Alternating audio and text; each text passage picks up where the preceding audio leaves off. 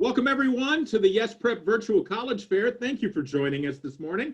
We have a few housekeeping announcements before we get started. You can use the Q&A button on your screen to type your questions to our presenters at any time. Your cameras and microphones are off, so the panelists cannot see or hear you. Get comfortable, sit back, relax, listen to this great info over the next 45 minutes. This is just one of many sessions happening. Be sure to sign up for additional ones if you can. And this presentation is being recorded. It'll be available within about a week at the same website where you registered. If you're going to use the Q&A to ask a question, if you have a question for a specific school, please name that school in your question so they know to answer you. We're in session B1. This is the order we'll be presenting, except that Bates College will be moved to number 6. So we're actually going to start with Boston University here in a second. So again, I'll get out of the way and allow for our representatives to give you all this great info. So first off, we will hear from Bates College. Did I not share my screen during all that? So let me show that to you again. And we'll start with Boston University. I don't know what I was saying there. I said we'll move Bates College to the end. We will start with Boston University here as the first school. Again, thank you very much. And I will now get out of the way. Hello, good morning, everyone. My name is Kaylin Walton. I'm an assistant director on the Board of Admissions at Boston University. So happy to be here with you and chat with you a little bit about BU. I'm going to be going over quite a bit of information. I'm going to try to give you as much information as I can over the next 6 minutes. So please use that Q&A box. Make sure you type Boston University, and obviously I would love to kind of answer more questions. But just getting started, Boston University is a large urban private research-based institution. So overall, we have 16,000 undergraduate students housed in 10 different schools and colleges spread across 300 different programs of study. We are very big on academic flexibility, so we really want our students to hopefully take classes that they're excited about and really interested in. We allow our students to take classes across the university. So even though you might be housed in one specific school or college, you can take classes all over the university. You can actually have a major in one school and a minor in a completely different school or college, as well as a double major or even a dual degree program. Outside of academics, we're very big on what we call experiential learning. So that's pretty much taking everything that you're learning in the classroom and utilizing it in the real world, so to speak. And there are 3 main ways that our students are doing that. That's going to be through research, study abroad, and internships. So as I mentioned earlier, we are a top tier 1 research institution, and we strongly encourage research across the board. So not just the type of research that's the STEM fields or hard sciences or engineering, though of course we do have a lot of that. We do strongly encourage humanities-based research or liberal arts research, which is really combining a lot of different disciplines. We have a great program called Year Up, which is the Undergraduate Research Opportunities Program. It allows our undergraduate students the chance to do their own research. You can actually get started as early as your 2nd semester freshman year doing research on our campus. When it comes to study abroad, we have a very large and robust study abroad program, currently with about 80 different programs across 20 cities throughout the globe. All of our students have the opportunity to study abroad, and the great thing about our programs is that they are BU specific. So that does mean that any of the programs or any scholarships and grants you're getting from BU will follow you abroad, and those credits are coming back with you as well. We have some short programs that are 6 weeks over the summer, and we have a couple longer programs that are going to be for a full academic semester. We also have this very cool internship-based study abroad program.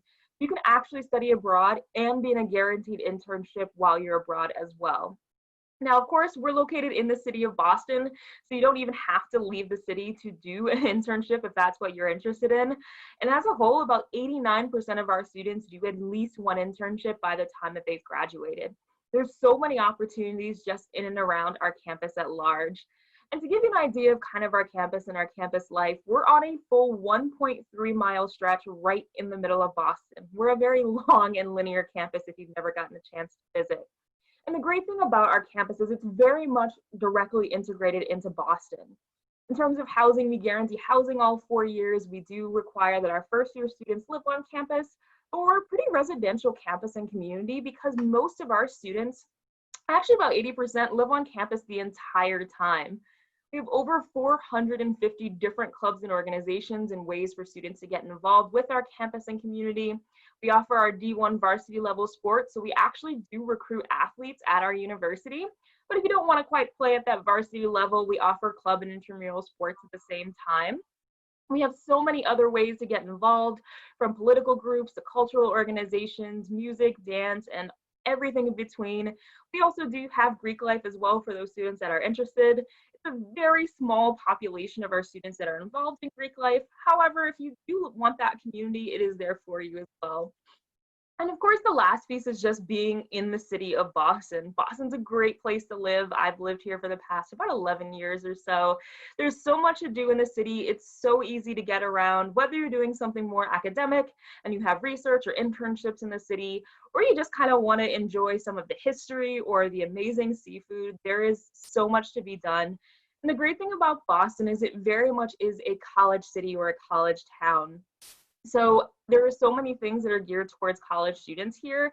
And really fun fact, 1 out of every 5 people in Boston actually is a college student. So college students make up about 20% of our entire population.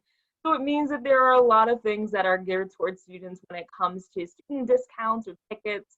If you're interested in the Red Sox, our students get $9 Red Sox tickets, and there's a lot of free events for students as well. I know that was quite a bit of information. I want to make sure that you take down my email address as well, though, because I don't have a physical presentation to show you. But if you do have any questions in the future, you're more than welcome to shoot me an email. My email address is kewalton@bu.edu. Also on our website, which I strongly encourage you to check out, we're doing a lot of different virtual events. So if you want to know more about BU outside of the 6-minute small presentation, we're doing virtual events pretty much once or twice a day. We're also doing very unique chat with a BU current student. If you want to hear a little bit more about the actual student life on campus or that student life experience, that transition from high school to college, our students are more than welcome to chat with you. And then, of course, I've probably gotten a chance to meet a lot of you already, but all of you seniors, I would love the opportunity to be able to chat a little bit more in depth. I think that's my time. So if you have any questions throughout the rest of the presentation, I'll still be here.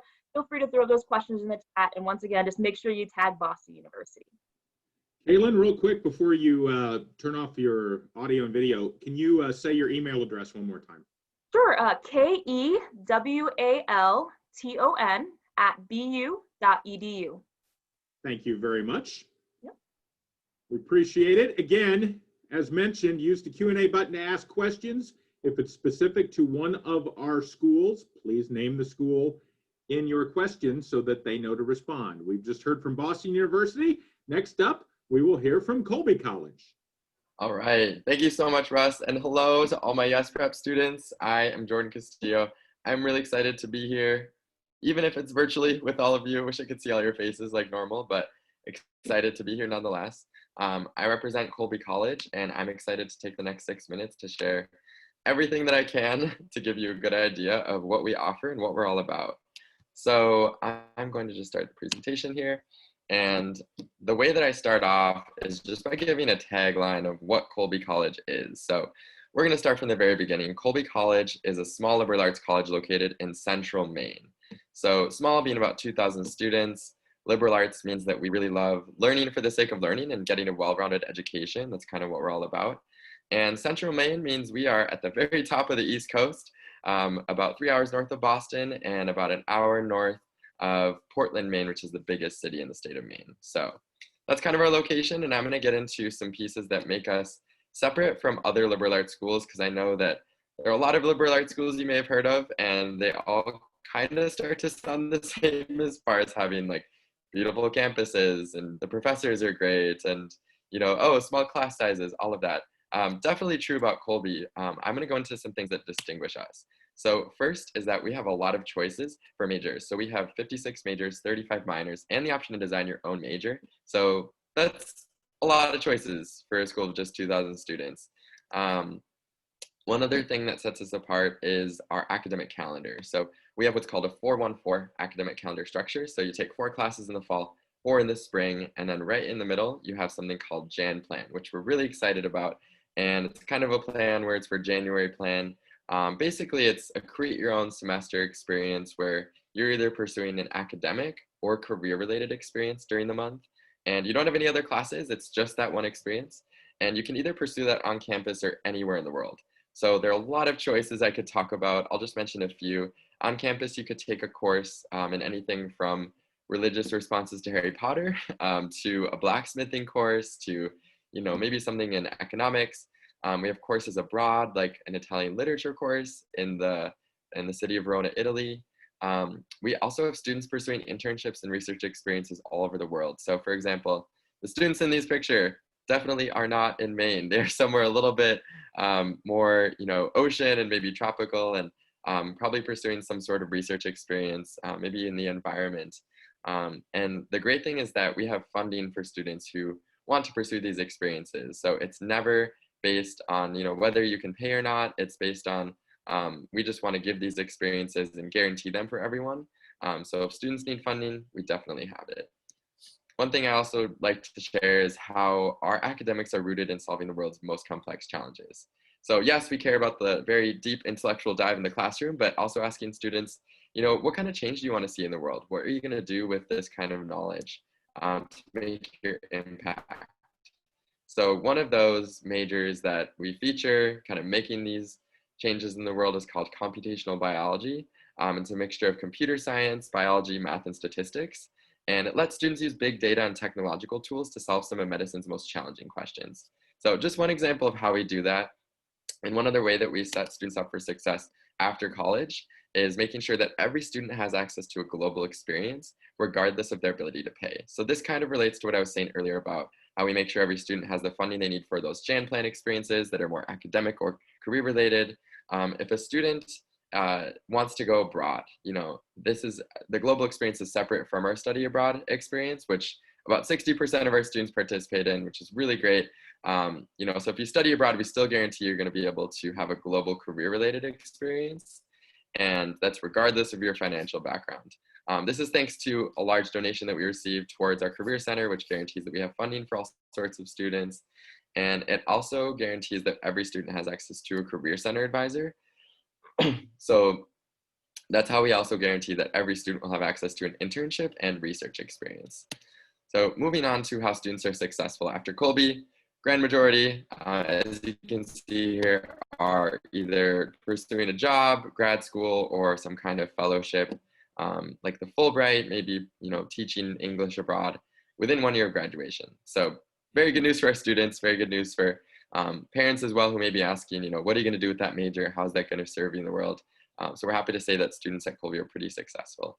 I'll briefly mention our campus culture, like the pillars of our campus culture. So we have 3 of them. The first is, and we're really talking about what it means to be a Colby student. So we have a lot of opportunities, for example, in our first piece of campus culture, which relates to arts and creativity. So as you can see here, this is our museum, and we have over 100 courses each year. Use the museum as extended classroom learning, kind of like taking a field trip to the museum at some point to have that interdisciplinary look. We also really value living a healthy and active lifestyle. We just built the most well-resourced and largest sports venue out of pretty much any D3 school in the nation. So this is an athletic facility that has enough room for an Olympic-sized pool inside, a multi-level fitness center, tennis courts, squash courts, 200-meter indoor track, the whole deal. So we're very excited about this, and there are a lot of other opportunities to stay active on campus as well. Our last pillar is civic engagement. This dorm that you see right in front of you is about 2 miles from our 2 miles in downtown Waterville, which is the city that we're located in. 2 miles from campus, and students here are specifically committed to civic engagement. So having that close relationship with Waterville. The last piece, which I'll mention, is how committed to access we are in our application process. So we promise there's no fee to apply, no extra essays, and we're also test optional. And we truly mean that when we say test optional. It's up to you whether you want to submit that test score or not. We also meet 100% of your family's demonstrated financial need without including loans. So long story short, if you apply to Colby and you're admitted, we promise you're going to be able to pay, and it'll be something that your family can afford. It's some of the most competitive financial aid in the nation. Happy to say that, money will never be the reason that you should not consider attending Colby. So if you have more questions about Colby, definitely keep in touch. Again, my name is Jordan Castillo. Email is jordan.castillo@colby.edu. So I know that was a blast of information, but really grateful to be here with you all. And thank you so much for that little 6 minutes of your time. Gordon, thank you very much. And I will remind everyone that if you have questions for any of our presenters, use the Q&A button. Name the school if it's a question that's specific for the school. We've had a lot of questions already, so be patient as the representatives go through and respond to each of your questions. Up next, we've just heard from Colby College. Up next, we'll hear from Trinity University. All right. Well, thank you for having me today. My name is Charles Clark. I'm the admissions counselor from Trinity University. And I just, again, want to thank you guys for tuning into today's session. Trinity University is kind of in the same vein, a small private liberal arts school in San Antonio, Texas. We're extremely dedicated to specifically the undergraduate population. For a liberal arts school, we're a pretty decent size, about 2,500 undergraduate students with a 9-to-1 student faculty ratio, meaning that you're going to have professors teaching every single class on our campus, meaning we don't have any teaching assistants or graduate assistants. You're going to be learning from the best of the best out there. We have 49 different majors, 61 minors, and something that we really value is this access to pre-professional programs across our campus. So while we're we're very strong in the liberal arts and the humanities, as most other schools are, or our peer institutions are, we have this great access to a fully accredited school of business, a fully accredited school of engineering, a real top-notch communications program that features a TV studio and a radio station on campus. We have the oldest computer science program in the state of Texas, so it's extremely well vetted and has access to great facilities overall. And our education program, it has been a top 10 nationally ranked program in the past and follows a 5-year track where you're actually graduating with your Master's of Arts in teaching. Whenever you think of our education, our curriculum, you can really think of it in terms of thirds. 1/3 being your major, 1/3 being electives that you would take, and 1/3 being what we call pathways, which is our replacement for a general education curriculum. Under pathways, we're not requiring you to take any classes except for an intro first-year seminar, which is a combination of a writing workshop and a discussion-based seminar course where you're learning all the skills that you need to be successful in any class that you would take on our campus. We really value this concept of experiential learning overall. So we want students to take what they've learned in the classroom and apply them on the outside.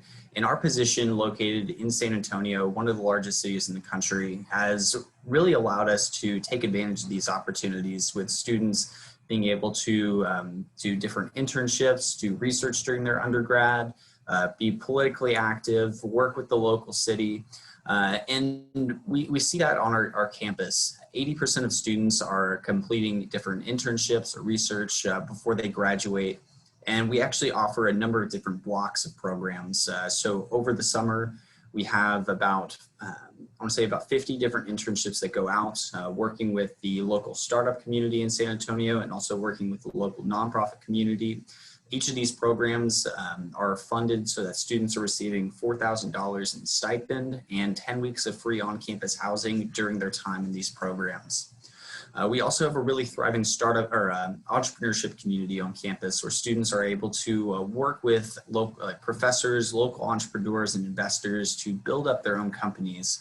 And $50,000 each year goes into providing funding for these different companies. Study abroad is something that is also extremely accessible for us. We have over 165 different programs going to 68 different countries. And we follow this really cool, it's called a homeschool model. So what you'd receive in scholarships and financial aid stays completely the same. And Trinity actually covers the cost of going to a university abroad. So from a financial standpoint, everything is going to stay the same for you guys. And we really try to make it accessible for all students to get that global experience. I spoke on the impact of San Antonio as a driving factor of the university. And I think this quote by Mark Twain is really a kind of defining thing. There's only 4 unique cities in America: Boston, New Orleans, San Francisco, and San Antonio. And it's really so true. Whenever you come to the city, we're 300 years old as just a place in the United States and actually existed before the founding of the country, and has this real unique blend of Hispanic culture going on throughout our time. Every April, there's a huge event called Fiesta in San Antonio, which is basically like San Antonio's version of Mardi Gras. And it's really just like a big party going on. There's tons of things to do around town and different things to get involved in during your time at Trinity. Importance of diversity. So we really value students from different perspectives, different backgrounds, and not just geographically, but we're actually 40% of our students come from historically underrepresented backgrounds, 16% are Pell eligible, and 13% of our students come from first generation backgrounds. So we really value students from different backgrounds, because whenever you sit in on a lecture class at Trinity, it's not just going to be like the professor's talking at you and 300 other students up in an auditorium. This is going to be much more like discussion based. They want to hear your ideas. They want to engage with you in class. And whenever you have people that are coming from different ideas and or have different ideas coming from different backgrounds, they bring different perspectives to the table, and it leads to much livelier discussion and a better understanding of just the material overall. Getting involved on campus is something that's definitely really popular.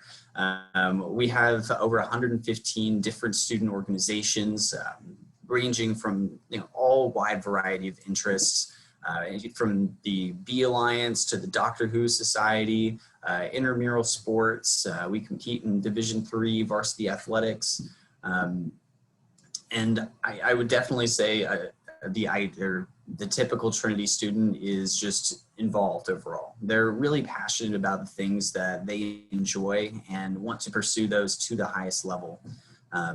Overall, I would say the campus environment is one of collaboration, where students are working with each other to best bring forth their thoughts and ideas, working with professors to make their dreams happen. So my contact information is up here. Again, my name is Charles Clark. You can find my email right here, charles.clark@trinity.edu. And again, thanks for having me today.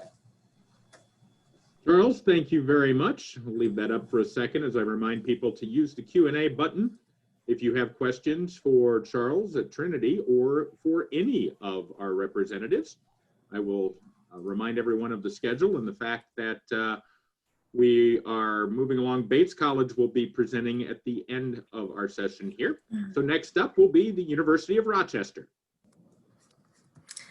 All right, hello everyone. My name's Caroline Hansberger. I'm an admission counselor for Rochester and very happy to be here with you all. Thanks for spending some time with us today. So I'm just gonna share some info with you all now. So the University of Rochester is a private 4-year university in Rochester, New York. We are a Tier 1 research university as well, and I'll get into research a little bit down the road here.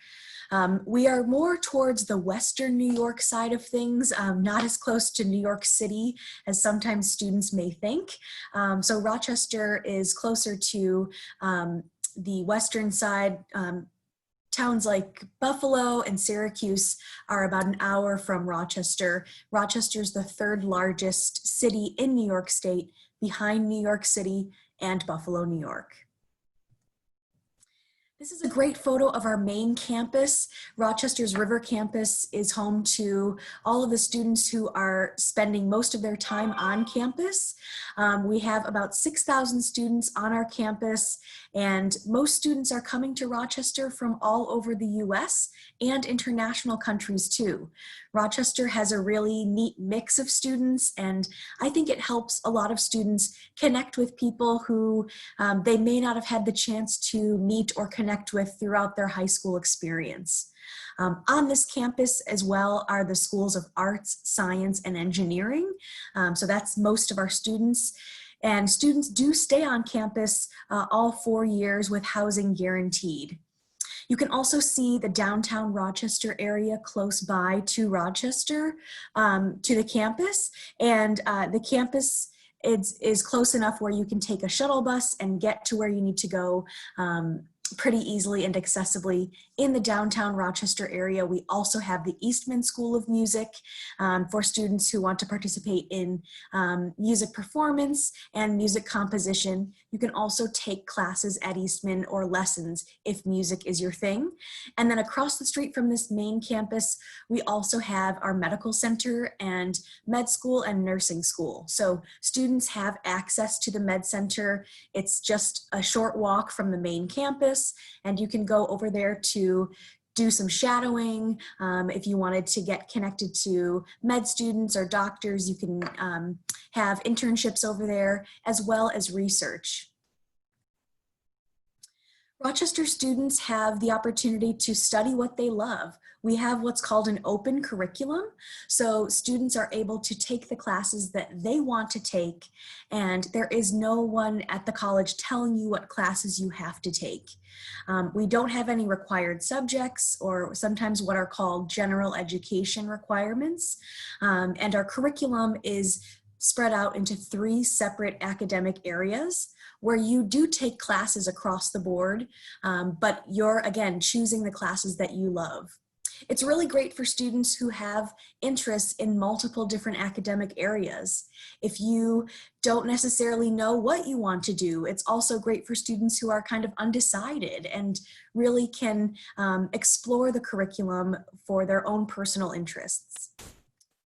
So here's just a general sense of our curriculum. Number 1, we do have all students take a primary writing requirement. So everyone has to take a writing class to get your bearings in terms of college level writing. But you can choose from a bunch of courses. You can see some recent examples down there, like philosophy and science fiction. I know there's been classes on Harry Potter or the history of rock and roll. So it is a writing class, but again, you're able to select the area that interests you the most. Once you complete that requirement, then you're done with that specific writing class for the rest of your time at Rochester. And then you take classes in 3 different areas of learning: our humanities, social sciences, and natural sciences and engineering. And so you'll end up choosing your major in one of those 2 areas, or excuse me, one of those areas. And then the other 2, you do take classes in those areas where we call them clusters. So a cluster is a set of 3 courses that you take outside of your major. So I'll show you what I mean. So for example, if a student is falling in to the economics major, which is in the social sciences, they will complete their major in the social sciences, but then take a cluster, so a class or area of classes that they choose in the natural sciences and humanities. So you can see a student chooses statistics for their natural science cluster and Spanish for the humanities. So it's really up to you what you decide with your curriculum. Also, in terms of academic experiences, research is a big part of Rochester. Most of our students get involved in research, and you can get started as soon as your first semester on campus. Research can be done in any academic field, and it doesn't have to be done in your major area of study. You can get funding to do your research as an undergrad student. You can combine research with things like study abroad opportunities or internships as well. And you can also get class credit for research. So we encourage all students to think about research. There's tons of research opportunities and examples on our undergraduate research website if you want to know more. So feel free to check that out. But if you haven't thought about research, we highly encourage you to think about it for Rochester. And then in terms of student life, most students are very active on our campus. They are participating in student organizations, and they live on campus most of their time at Rochester. In terms of athletics, we are Division III. So if that's your thing, we have 23 Division III teams, but also intramurals and club sports too. Okay, that's a lot of info in a short amount of time. My information is there if you want to know more. You can also contact our admission office or contact me and I can help answer any questions that you have. But thank you so much for being here as part of this session, and I hope that we can stay connected throughout your college search process. So thank you so much. Thank you very much. I'll leave that screen up for a second here as we transition from one school to another. And as I remind everyone, use the Q&A button, name the school that you're asking your question of, if it is to a specific school. Again, we've had a lot of questions, so please be patient as the representatives get to each of the answers. Up next, we will hear from the University of Virginia.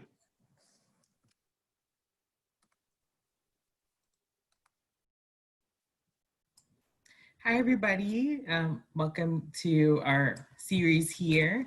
I have this slide here, so feel free to screenshot the different slides that I'll be showing all throughout the presentation. My name is Allison O'Malley. I'm one of the Assistant Deans of Admission at the University of Virginia. We're in Charlottesville, which is about 2.5 hours, depending on the traffic, from Washington, D.C., and then about an hour from Richmond, which is the capital of Virginia. So what I want to do before I begin is acknowledge the Monacan Indian Nation. They are the traditional custodians and caretakers of the land on which the university is built on, and also acknowledging their continued connection to the land as well. I also want to take a moment to honor and remember the Black and African enslaved and free people who helped to build with their knowledge and labor the university itself. So I think much like the water feature that you'll see pictured here in our memorial to enslaved laborers, so that was added in terms of to promote healing for the community. I think it's important for us to look at our painful history and past in order for us to look at the university today as well.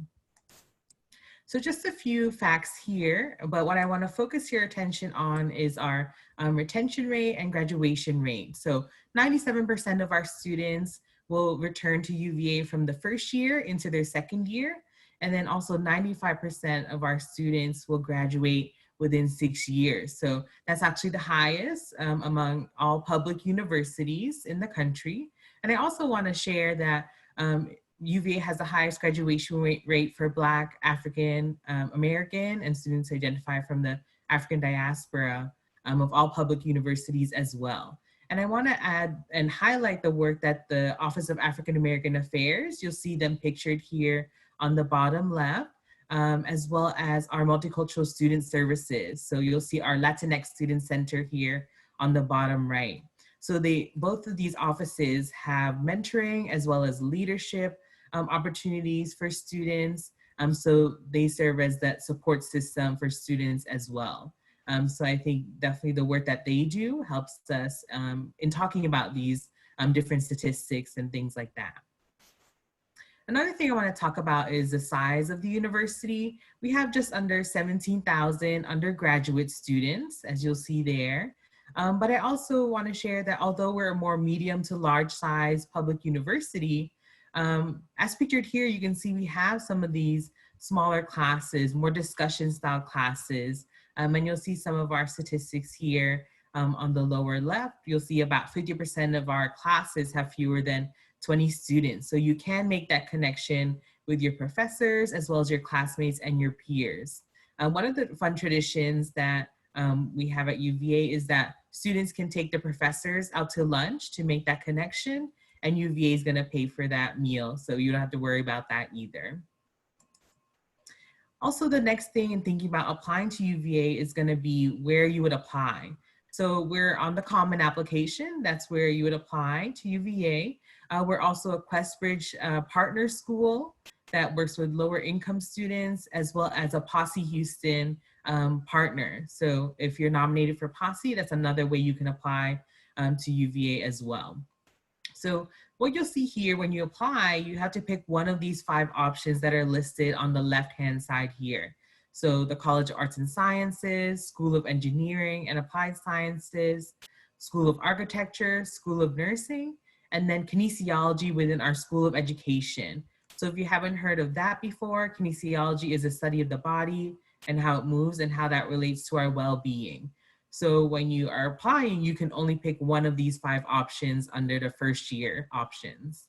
On the right side, we have what we call our upper divisional schools. So if you're interested in any one of these, you would apply to the College of Arts and Sciences first, spend 1 or 2 years there, and then you can apply to these upper divisional schools. So McIntyre School of Commerce, that's our undergraduate business school. School of Education and Human Development, if you want to be a teacher. Batten School of Leadership and Public Policy, for those of you who want to be change makers, either in the local government, national, or international stage, and then also looking specific at different policies. School of Data Science is our newest school. As of right now, they don't have a major just yet, but they will have a minor coming this year. So that is available. One big thing to note also is this year, this 2020-21 application year, UVA, we are test optional. So you can apply test optional, and that's not going to hurt your application at all if you don't include your test scores, either the SAT or the ACT, on your common application. So that's the thing, a big kind of news that we wanted to share with you all as well. And then we'll determine if we'll be test optional for future years too. So again, it's not going to hurt your application if you decide to apply test optional. Another thing I wanted to note here is our financial aid.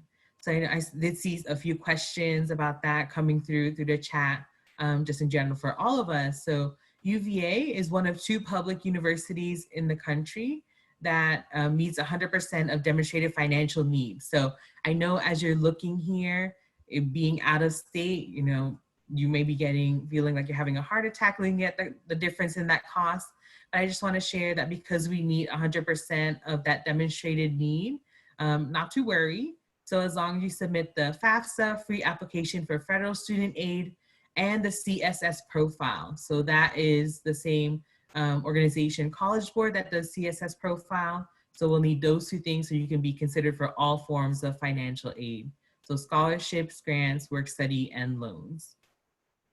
So that's all I have for you all, to leave time for others and questions, but just 1 second, if you wanted to screenshot, you know, feel free to reach out to me. My email is aumali, UMALI, @virginia.edu. Allison, thank you very much. Appreciate it. I'll leave that screen up for a second as I remind people that still a chance to get questions in using the Q&A. We've had a lot of questions, and our representatives are doing what they can to answer them throughout this session. Our final presentation in this session will be from Bates College. Hi folks, my name is Caroline Berlin. I'm an Assistant Dean of Admission at Bates College.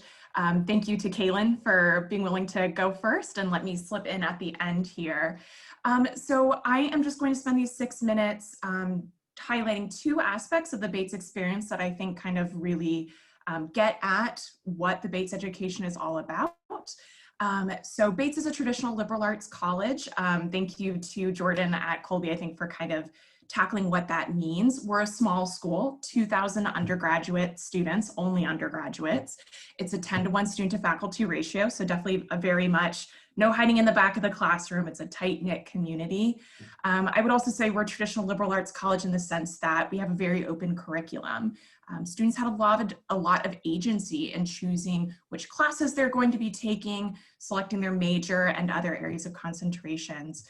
And then of course, building up to one of the most seminal Bates experiences, the senior thesis. So this is the first thing I like to mention. Bates College is one of those few institutions that still requires students to complete a thesis or capstone project their senior year. I know for current high school seniors that may or may not sound super thrilling. What I like to emphasize to students is 2 things. First, it's built into the experience at Bates. It's not something you do on top of everything else your senior year. Every student takes the thesis as a class. They pick a faculty advisor that they'll be meeting with one-on-one every week. And that faculty member is helping them really guide their research process. The thesis that you complete really depends a lot on what you're studying. If you're a dance major, you may be choreographing your own work and then directing students in performing it and writing about that. If you are in the sciences, you may be spending a year in a lab developing a protocol, collecting data, and writing that up. This past spring, we actually had 5 students publish a paper in which they were the primary authors on a molecule they invented. They called it Bobcat 339, and it has pharmaceutical promise actually in the treatment of Alzheimer's disease. So that's the kind of level of work students are doing their senior year, genuinely publishable work or work that they can then go show graduate schools, employers, your parents. So I think it's really special that Bates truly believes that every student we bring to Bates that we invest in is capable of being a scholar and will direct their own research their senior year. So we have our thesis requirement, which I think is a pretty distinctive component of the Bates experience. The other piece I like to pull out is also community engagement. So Bates is considered a national leader in community engaged learning, which means throughout the year, across the academic discipline, you have opportunities to take classes where you take the theory you're learning in the classroom and go out, apply it to the real world. So for example, you might take an education course where you are learning about different teaching pedagogies and then going into the local middle and elementary schools, student teaching. You may be taking an intro politics course where all of you students in that class are going to be divided up into different political campaigns, really getting in deep into that. You may take an environmental studies course thinking about urban sustainability. So some of you may be going into schools and testing for lead in paint or water. You may be thinking about how we're using our green space in Lewiston, whether that is starting sustainable plots, like thinking about food justice, or studying how parks change crime statistics in a town. So there's a lot of ways students get embedded in Lewiston, but ultimately it is a town that really offers a lot to the Bates experience. I know we only have 6 minutes, so I'm just really gonna briefly pitch Lewiston Auburn. It's located in Maine, as I probably mentioned at the top. Lewiston Auburn is the 2nd largest city in Maine. Take that with a grain of salt, obviously Maine, so it's not New York City or Tokyo, but it is a center of commerce, medicine. A lot of the Maine Democrat Society is in Lewiston, so a lot of political activities. There's a lot going on in this town, but at the same time, it still feels like a small town. So you get to know the teachers, the mayor, different religious organizations. You really become part of this town as much as you are part of this small, tight-knit liberal arts community of Bates College. And the last thing I'll touch on, since I think everyone else here has kind of touched on, every school has a different flavor, so to speak. I think Bates itself, something I hear a lot about the students is that they're really down to earth and really friendly. Despite it being Maine, I think it's a really warm campus. Bates has a really strong legacy of being inclusive. It was founded by a group of Free Will Baptists who strongly believed in the abolition movement. So Bates has always been open to students of color and to women. Which was really radical prior to the Civil War and over 100 years before most of our institutions went co-ed. And to this day, you see that legacy play out in the way the school is constructed. We don't have fences. We only have one dining hall for everyone to come together. And also in the way that students engage in social activities and programming. At Bates, you can join any club. Even if you've never tried it before. So for example, Bates has a really stellar debate team. They placed 4th in the world, I believe, a few years ago, and almost half of their team is novices. So people who started debating for the first time at Bates. You can join anything, any organization, you can take a class in any department, even if you're not a major or minor. So I think those are the 3 things I would highlight. Traditional liberal arts college with an emphasis on helping students engage in their own research, engaging in the broader community of Lewiston Auburn, and also a place where students support each other. Thank you. My email, if you have any questions, I'll move into the Q&A, but my email is cberlin, C as in cat, Berlin, B-E-R-L-I-N as the city, @bates.edu. Thank you so much for your time. Marilyn, thank you very much. And we've gone a little bit over this total session time, but we had good info and we had a lot of Q&A. We'll keep the session open for a little while to make sure that the reps can get to the questions. I will note that if your question does not get answered, the questions are going to be forwarded to the reps so that they will have the opportunity to follow up with you after, again, if they can't answer your questions here, because we've had a sheer number of sheer volume of questions has been a lot. So I wanted to point that out. I want to also thank you for joining us in this session as I get the correct slide to share with you right now. After you close the window from this session, you will get a link to a quick 4-question survey, very quick survey. We'd appreciate any feedback you can provide.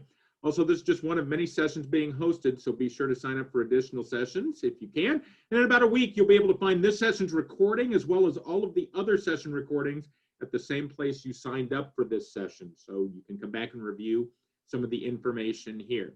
Again, thank you to our presenters from each of the institutions for joining us. And again, if you've already asked a question in the Q&A box, we'll leave this open for just a couple minutes, just about 2 minutes, to see if the representatives can provide an answer. And otherwise, those will be forwarded along to them and they will have the opportunity to follow up. Again, thank you and have a great rest of your day.